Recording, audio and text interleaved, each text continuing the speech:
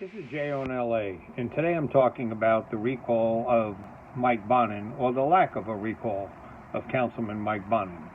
Yes, another failed attempt by the groups out there to try and remove yet another city council person.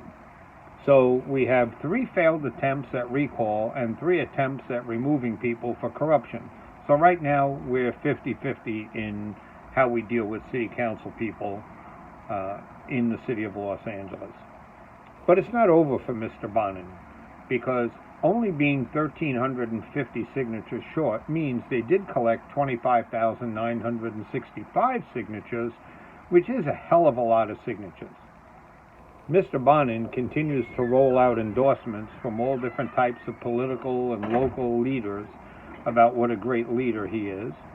And the fact of the matter is, if he could roll out as many teams to get the homeless off the streets, he'd have a whole lot less people complaining about what a lousy councilman he is. So the reality is this: hopefully our council member, Mr. Bonin, may have learned something, not been emboldened by the fact that they were unable to come up with the total number of signatures, but actually being humbled and saying that he really needs to do a better job, especially for the 26,000 people who have signed to have him removed, because that primary is coming up in June, and he does have a formidable opponent or two.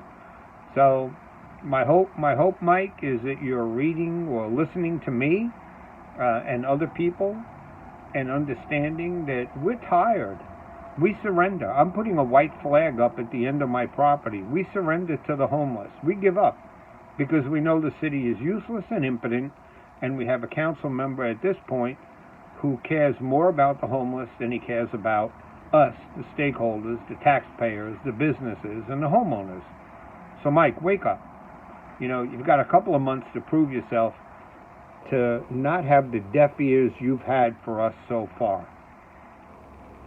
I implore you, reach out to us.